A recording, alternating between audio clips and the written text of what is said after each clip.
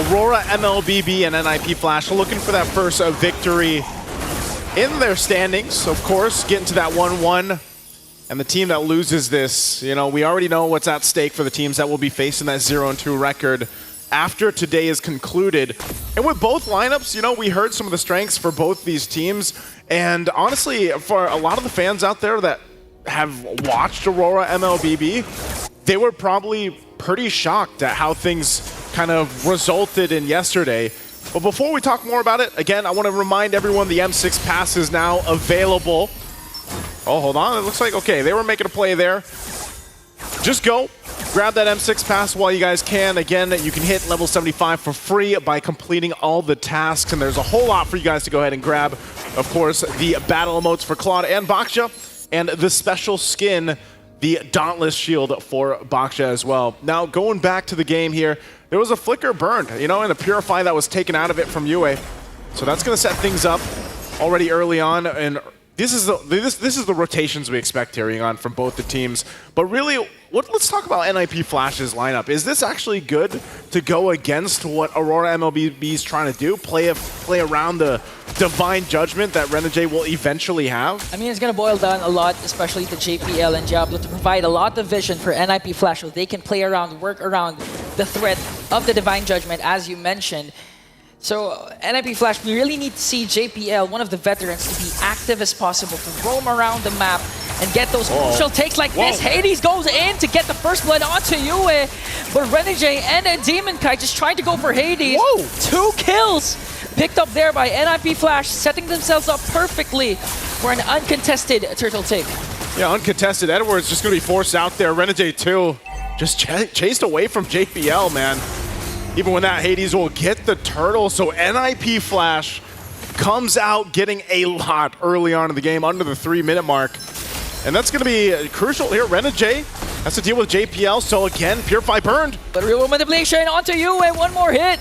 But Yue manages to stay alive. Here comes the Lantern Flare. Now the counter-attack. JPL will get caught by the Spear of Alpha. Demon Kite gets a kill, and now a pull from the Hitman onto Cortese. A double for the Smiling Demon. And Yue survives the whole thing. There's a spear going to be thrown. It did land on Demon Kite, but you won't follow that from Vanix. But still, Aurora Mlbb was looking a little, you know, a little worrisome off that first turtle take and the 2 kills that Nipflash got. But with that play, they even things out again. You know, they bring it to the table where the second turtle is going to be up and they're going to be in a good position. The hardest part for that was, again, they're playing around the fact that the Hitman Renegade here needs to have that level 4 available. And so Nipflash did a really good job at making plays before they knew that utility was available. And now that it is, every time that flicker is there, or even just the divine judgment, they might try to make a play. Glorious Pathway is still along with it, revitalized, but Hades just doing with the rhythm of joy, trying to take down Demon Kite, but Demon Kite managed to stay alive here. And the reinforcements from Nipflash, real world manipulation was casted as well, but no casualties for Aurora. Casualties. Good thing Demon Kite doesn't go down. Also picking up the War Axe at this point. You know, he's got to be a little... This is the thing with Alpha. Alpha's still a great jungler for a lot of the teams that do decide to bring him to a game. But, you know, ultimately, you don't want to get too gapped in the jungle early on. And Demon Kite, so far, doing a good job at keeping toe-to-toe with a Joy. This Joy pick is picked up a couple times now, and especially with the Temporal Rain emblem, you know, you're going to be wanting to get those electrifying beats off quickly. You're looking to farm up quickly. And it's actually pretty devastating if you think about it when you start to build into these certain items here. So you can see this Hades already grabbing the Starlium Scythe. But you play around the fact that Cortese has this Eve and you're able to set up that real-world manipulation. It could be really devastating to deal with all that magic damage. Yue holding down the mid. Turtle at half health. Okay. Now Diablo goes in with a Glorious Pathway. AOG is going to miss onto the backline. Here comes Spear of Destruction. But Renegade is going to fall down. Yue, though, getting caught up by 2. Manages to get JPL. Now the counterattack onto Vanix. Vanix managed to stay alive. A 3-for-1 trade, and Nipflash will win that clash. To win the clash, you know, Aurora Mlbb, they might have gotten the turtle, but man, they lose 3. Oh, Demon Kite in trouble. Okay, gonna have to get out. Oh, Ring of Punishment. Is it going to be enough, though, Renegade? Does he have the ultimate? No, he doesn't. And Nipflash, with the zoning of Diablo, will get a mid lane turret this early on, 5 minutes. Yeah, great Great decision-making from Nipflash, honestly. This is the team that has shown quite decisiveness early game, and this is one of the play styles that they like to bring to the table. And I think when you really count the fact that they're just making this kind of macro pressure already early on, Aurora Mlbb is finding themselves trying to catch up, get into a position where they're going to be able to go, you know, and fight toe-to-toe. They might get this bottom turret. Looks like that's going to go down. Domain does secure that. So it's really just kind of dealing with this pressure. You can see even on the top side of the jungle, Hades taking that purple.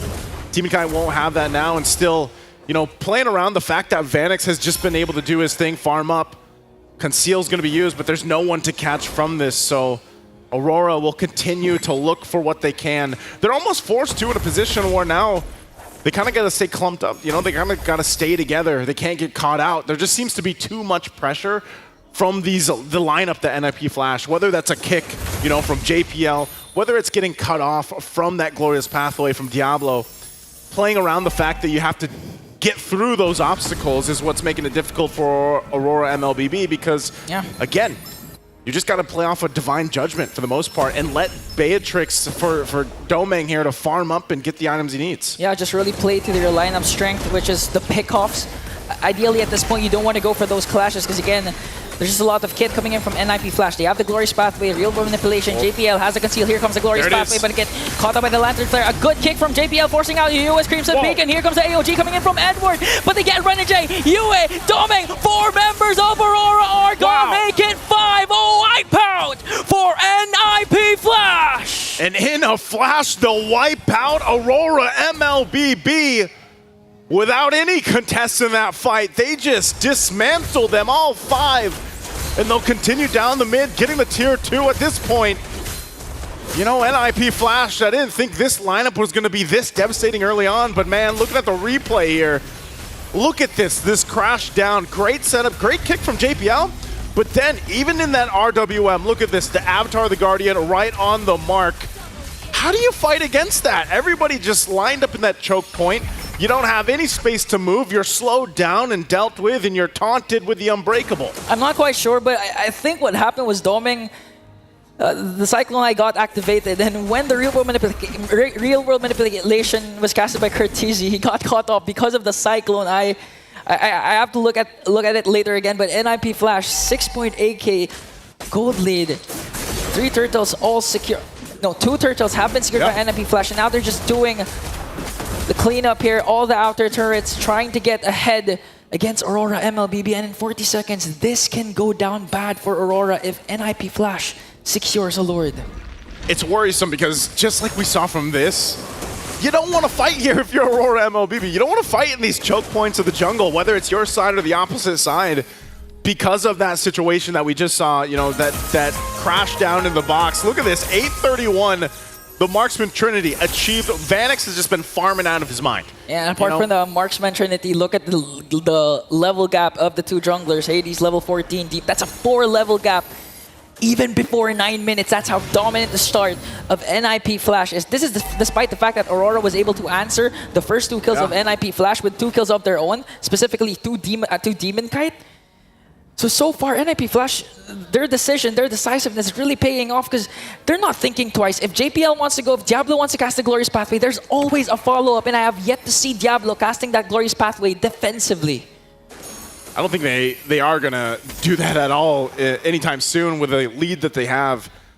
And for Aurora Mlbb, who do you even target? You know, if you're Renegade, which is the proper target to get to? Because you're not going to reach Vanix. Vanix is not going to put himself in that position with the Smozkov here. And so you might just be trying to grab whoever you can, whether that's Kurt, you know, trying to grab him from stopping that death box being set up. But even then, he's got a flicker. He's going to be fine for the most part. So for Renegade, his job is very difficult on actually being able to focus someone down because you already saw that gap, even in terms of damage. Like, looking at this, whoa, man, Domang is not, he's not there. He's not where he needs to be. He's not able to pop off on that damage that you're used to seeing when we were even talking about that combo of heroes with the Kaja and the Beatrix. So with that, the Lord is going to be started up. Aurora Mlbb can't do anything about it. They'll have to defend in the base here with Nipflash. This is the thing. The lineup that they brought to this game, they can force a fight. You can try to turtle up in your base, you can try to defend into it, but with the fact that you have JPL able to go ahead and do those things that we always see that those amazing Cho players do towards the wall, get a kickoff, but then you throw in a glorious pathway into it, it's going to be really difficult to deal with. And I don't even think Nipflash minds the Flicker Divine Judgment combination, because the moment that they see it, Diablo for sure will cast that Glorious Pathway alongside Real World Manipulation. But speaking of casting, he did it as well. Lord marching in the middle lane. Electrifying beats coming in from Hades, trying to zone out the members of Aurora, Mlbb, but Aurora will successfully defend their inhibitor turrets. With that, again, I'm still thinking they actually want to press this in a little bit further. Aurora, Mlbb, a little bit of health left on this mid turret. They're going to try to defend it. They do clear it out a little bit. Minions are going to be cleared out, so Nipflash will go ahead and respect the fact that even with a Beatrix in the hands of Domeng, they can clear out waves, but the focus right now, this last tier 2 turret. And Egon, I'm thinking, you know, when even that next Lord comes up, I don't know if Aurora Mlbb is in a position to actually get in that position. You know, you might be trying to go with a Hail Mary almost at this point and throwing Edward into the winds, let him jump on in if they actually get in that position and they're actually confident that Domeng has enough damage to provide, but they're still holding off these waves. They're still going to clear them out. Kurt Easy got caught by the Lantern Flare. Here comes Edward with the AOG. Diablo pops his revitalized. And look at Vanix just doing the free hit damage. Even going to take down Domeng as well. Vanix is still alive. Hades, JPL, they only lost Kurt Teasy and Diablo. But Aurora, once again, this is actually a win for them.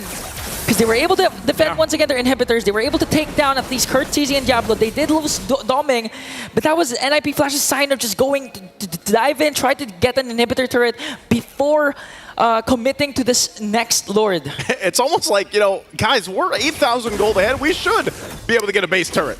But then they overstep a little bit. They do get punished, but they got a couple kills off of it too. They still maintain that gold lead and that domination that Nipflash has been showing, but we've seen this earlier. Now, there's no Sicilian in this roster from Aurora Mlbb's lineup, but hey, they might be able to turn things around if they're able to continue and get pickoffs where they matter, where they count. But I think even then, Nipflash might adjust, you know, from this. And I think even the Jushin pick itself has actually been able to turn games around if you're able to go ahead and get, you know, that beacon off properly, get the Lantern Flare, drag the right members in. But even so, it's still a huge, monumental task that Aurora Mlbb has to deal with. Lord is coming up, and Nipflash with this massive economic advantage they have, they should be an easy Lord for them. And Aurora Mlbb, if they can somehow win a fight, it looks like they're going to set up for it. And the thing is, Nipflash can actually use the macro game once again. They have Vanix with the Moskov that could split push the opposite lane and eventually just cast a Spear of Destruction to be in the picture during a huge Lord fight. But here comes the Conceal. Diablo commits a Glorious Pathway. They're going right after Edward. JPL onto the backline, wants to go for Domeng. Real World Manipulation will be casted as well, but all of a sudden the Hitman is gone. JPL's immortality will be popped. That's a trade. Aurora is willing to take a roamer for a roamer. Slowly but surely delaying, extending this game. That's a whole lot of ultimates down though for Nipflash. You know, they still have the battle spells available, even the Revitalize. It's good that it was a roamer for a roamer. They might still try to go ahead and post this up, but even then, they're not going to commit to the Lord just yet. Those waves in the mid lane have to be managed. There's a good wave up top. Oh, AOG to answer right back, but Demonkind and Edward is going to fall down. Domeng and Renegade is left. Beautifully executed by Nipflash, starting things off by Hades, going in with electrifying beats. Catching two, and I think Nipflash is not going to wait for the Lord anymore. They can actually get an inhibitor turret down bottom. Hades goes in once again. Spirit of Destruction going to connect. Vanix going to bring down Domeng. Renegade left 14 seconds before UA response. He's going to take down Diablo with him. No minions yet for Nipflash, but Vanix just continuing to work. They still got a couple seconds here. They can clear the waves out. Renegade's there. 4 seconds before UA and Demonkind. Nipflash slams the Northern Lights down south of the Swiss bracket.